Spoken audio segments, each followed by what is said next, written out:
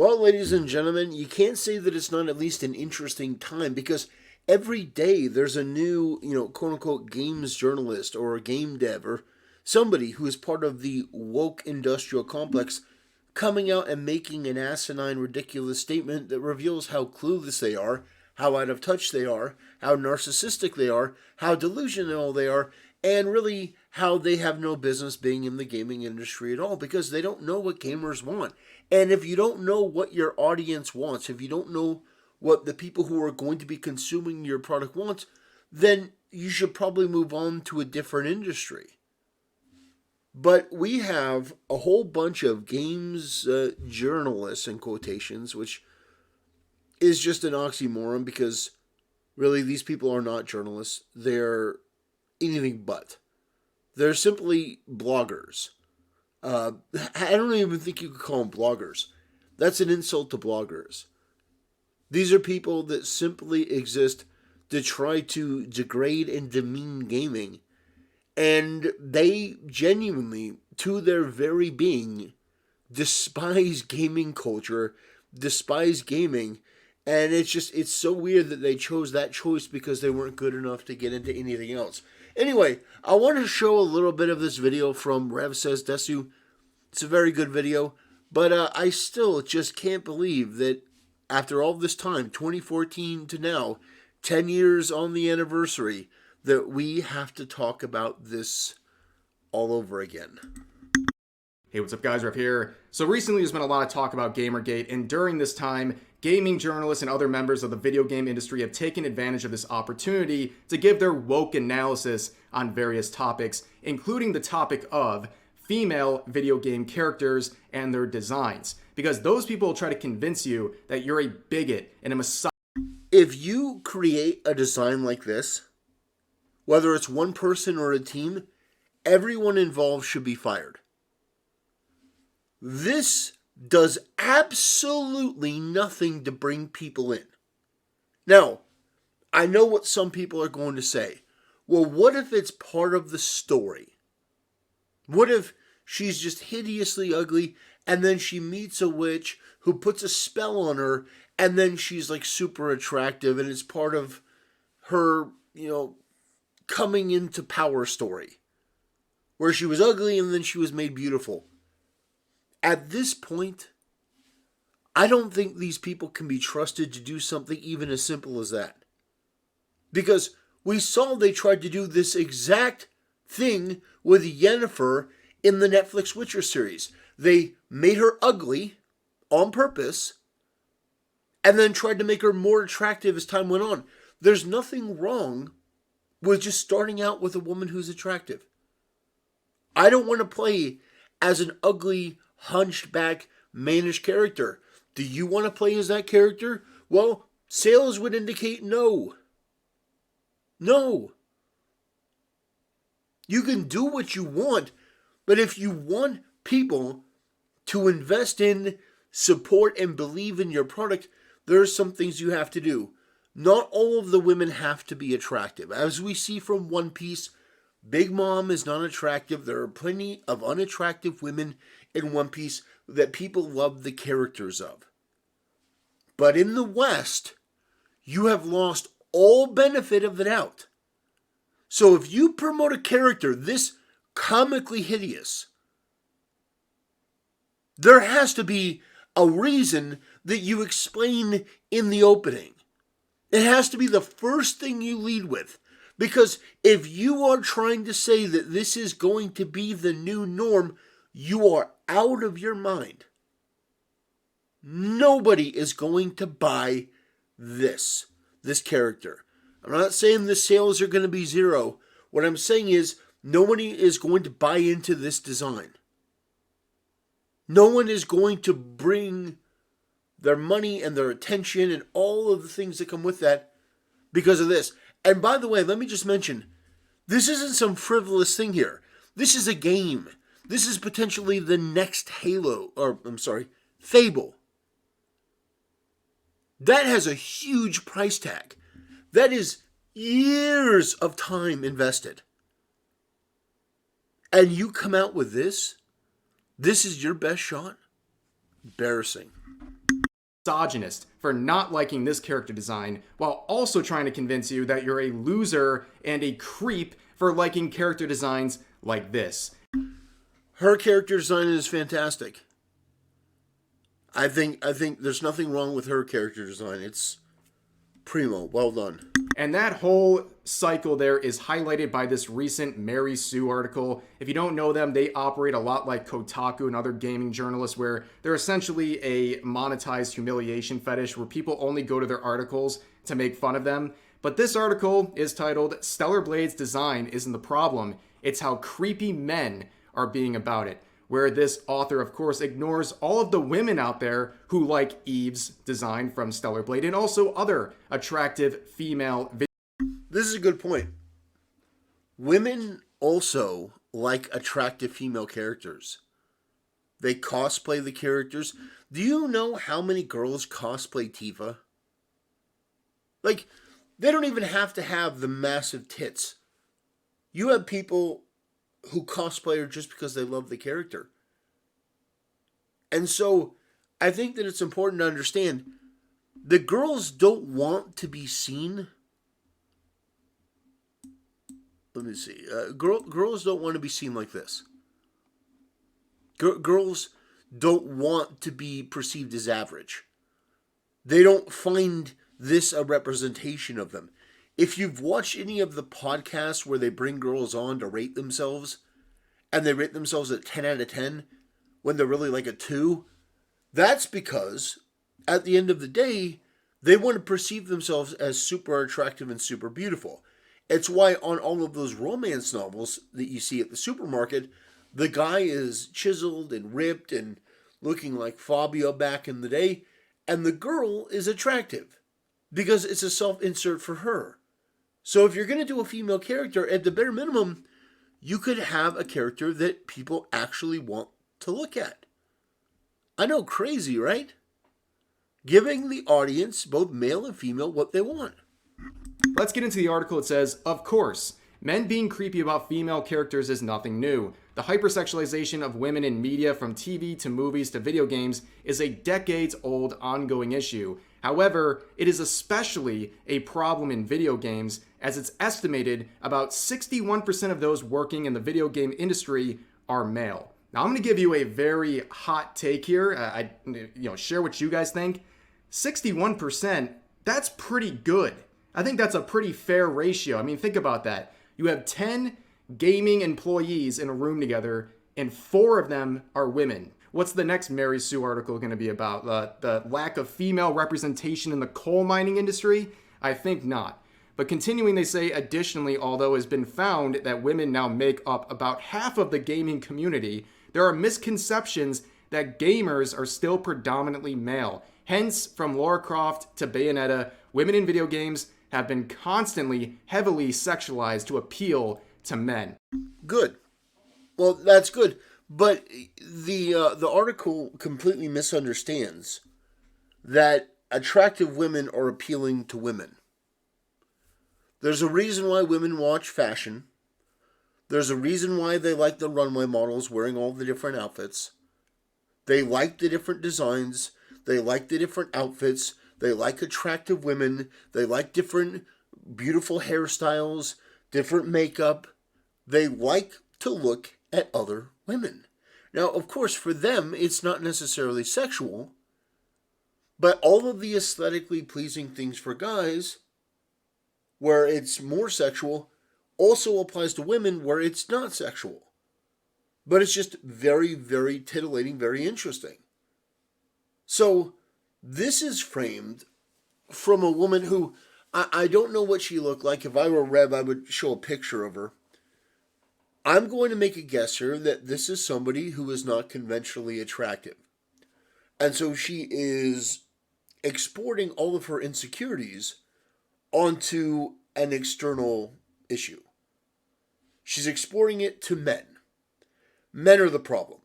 You see, her conclusion is, if not for the male gaze and this troubling culture of, misogyny, men would find me attractive. But the reality is that no, they never would. I'm just going on a hunch here. But based on the bitterness and sourness of this article, I imagine that not enough alcohol exists in the world to make you appealing enough for men to abandon the beautiful characters that are presented in video games. And I don't think there's anything wrong with that. Lara Croft and Bayonetta are beloved characters. Their designs are fantastic. You're a sourpuss.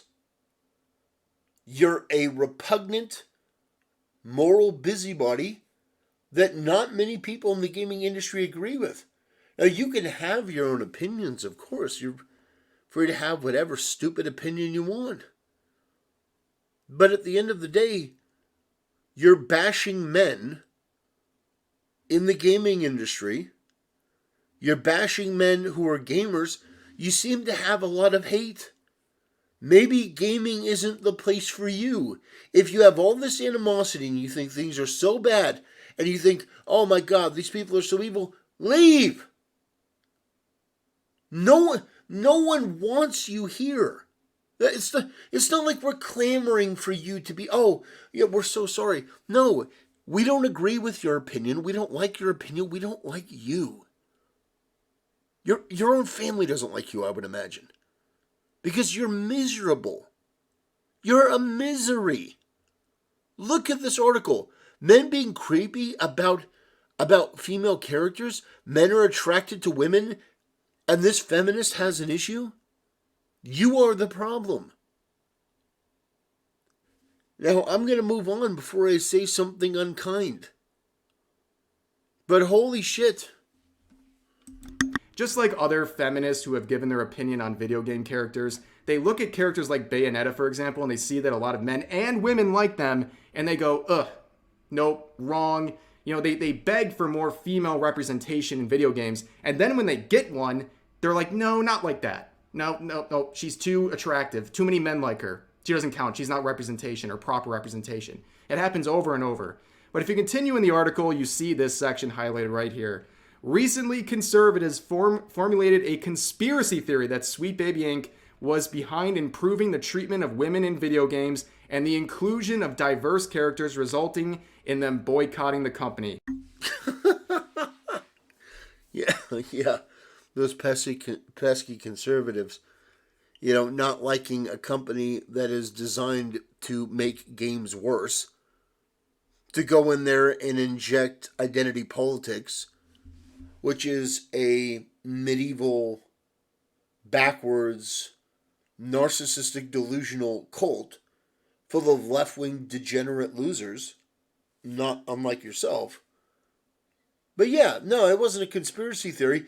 And then the people who worked at Sweet Baby Inc., well, I mean, the rabbit hole for how disgusting this group of people are, it goes deep. I mean, when you're like 3 degrees of separation from Zoe Quinn, you have messed up in a numerous amount of ways. But at the end of the day, Sweet Baby Inc. was criticized mainly because they came out and attacked an innocent person who wanted to create a Steam page to warn other gamers, hey, this woke politics company that's going to be making your games worse by injecting LGBTQ and far left delusional toxic politics into the game, hey, we will put the games here and you can buy them or not buy them. You can choose to avoid these or not. It's just a simple warning for people who choose to engage. It's not even going on every page. You would have to like the page and follow it to get the information. It is a voluntary exchange. They went to harass that person. That kid from Brazil, they went after him. They started a hate campaign, a harassment campaign on an innocent person for no reason, and the way you frame it is that it's a conspiracy theory. It's not a conspiracy theory. More than just conservatives believe in this. Sweet Baby Inc. is fucking poison. It is an absolute cancer filled with... I'm not gonna say what I was gonna say. I will say they are filled with undesirables. People that you don't want around you, don't want their ideas anywhere near you. They can speak them to their heart's content, but I don't want them in my video games because they're hideous and terrible and backwards and antiquated, and more than just antiquated, they're medieval, they're tribal, they're ideas that we have evolved past, but apparently we're having to refight this battle. Yes, another gaslighting journalist trying to treat the very fair criticism of Sweet Baby Inc. as some kind of an alt-right conspiracy theory. Yeah, opinion discarded if it wasn't already. But going forward, it wasn't just games journalists saying these things about Eve from Stellar Blade. We also have Twitter users saying this. I know people find it funny when women say that the games industry objectifies women, but, how do you excuse this outfit? This straight up is just a creepy dude magnet. Ah, yes. For the male gaze. They missed the chance to use that wonderful phrase. But you can see it's just her bodysuit. And this person saying it's just straight up creepy to enjoy this. Again, just like the other ones, people enjoy Eve. Both men and women enjoy this character design and other attractive female characters. Just like men and women enjoy the sponsor of today's video. That's right, ladies and gentlemen. Oh, wow. Congrats. Oh, that's cool. He got a sponsorship. That's pretty cool. And the Giga Chads at Factor have returned to sponsor this video. Get 50% off your first Factor box and free wellness shots for life using my...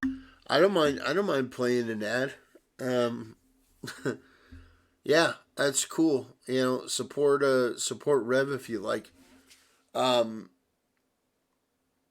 no, it's very, very interesting to watch the mind of these people work, because they are the bullies. They are the instigators. They are the people coming into your home, eating all your food, putting, their feet up, drinking all your drinks, making a mess, trying to rearrange things to make themselves more comfortable.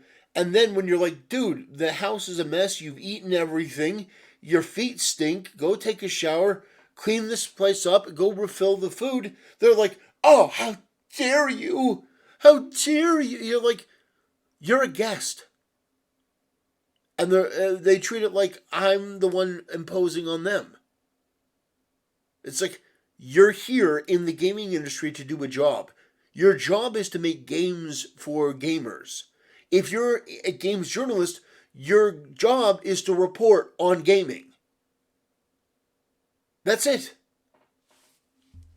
My link. That means you get to choose 2 free wellness shots from 3 available flavors for every order while you're an active subscriber. Click the link in the description or scan the QR code with your phone. Now, what is Factor? It's a trusted pre-made meal delivery service featuring a large category of options for you to enjoy without the hassle of shopping at the grocery store. Look, you're busy. You have anime girls to simp over, gaming journalists to laugh at, and so on and so forth. You don't have the time to go to the grocery store or the patience to cook up complicated recipes. The solution to this problem is, of course, Factor. Factor. Okay, look, I understand this is an ad, but listen. Here's my problem with this. I have a phone, and my phone has an app. And both of the supermarkets in my town allow me to do all my shopping on the phone, place the order, pick it up curbside, so I don't even have to go into the store. I don't even have to touch anything. They bring it to my car, they deliver it. But that is pretty much an insta kill, because I am a fan of crock pots, which, by the way, if you've never used a crock pot, and I'm not shitting on his deal, I'm glad that he's getting all this stuff.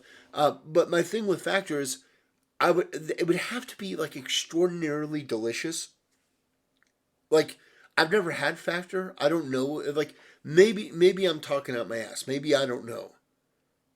But it's like, with a crock pot, you throw in some onions, you throw in some potatoes, you throw in a good chunk of meat. That's tough. Like, you throw in some seasonings, you leave that on for 6 hours. That's not a complicated recipe, That's delicious. And you get some of that instant rice. You got basically curry, and it doesn't cost you much.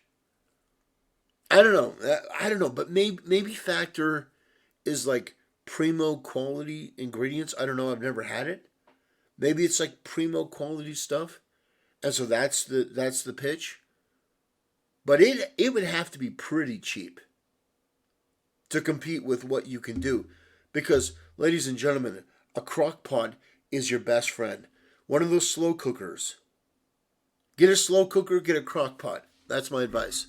It makes your life easy by bringing pre-made meals right to your doorstep, ready to eat with only a few minutes in the microwave. I love Factor because they offer not only delicious meals, but also high protein and diet conscious meal options for people like me who want to maximize their gains at the gym.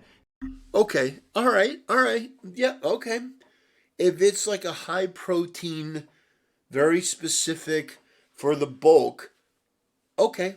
I can get down with it. Hey, I'm not hating on them. I just have never really heard about it. Pre-made meals, from my generation, you have to understand, were like TV dinners. So, you know, not hating on this, I just didn't really understand it. Thanks again to Factor for sponsoring this video. Click the link in the description or the pinned comment for all of the relevant information you'll need. Now let's jump back into the content. He didn't say what his favorite meal is. That has me cautious. Like if I were doing a commercial, I couldn't help but tell you like what my favorite meal was. Maybe he doesn't actually eat it. I'm deep diving too deep. Anyway, I wanted to play that out because I do want to support Rev. He does really good work here.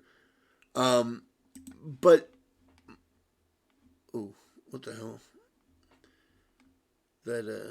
That disappeared.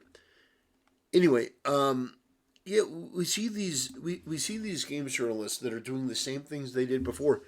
But I got to tell you, ladies and gentlemen, to close out this video, things are different than they were in 2014. We're much more privy to their behaviors, to who they are, to the fact that they're irredeemable. There is no hope for them. There is no quarter for them, metaphorically speaking. There's no ability to reason or bargain with them. These people will do or say anything. They are liars, they are cheaters, they are thieves, they are manipulators, they are an absolute scourge. So the way that you deal with them is by getting them out of the industry. And if they don't want to leave, then you say, okay, fine. We're going to create detection lists for all the things that you touch. You're going to lose money. You're going to lose relevance.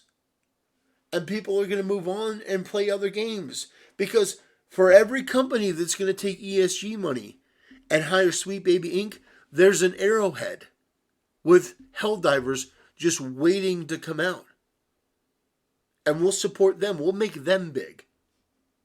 And these other companies can lament at the fact that they're making $100, $200, $300 million games and the games are flopping. I can't even begin to tell you how much Suicide Squad cost. That was an astronomically massive game in terms of budget.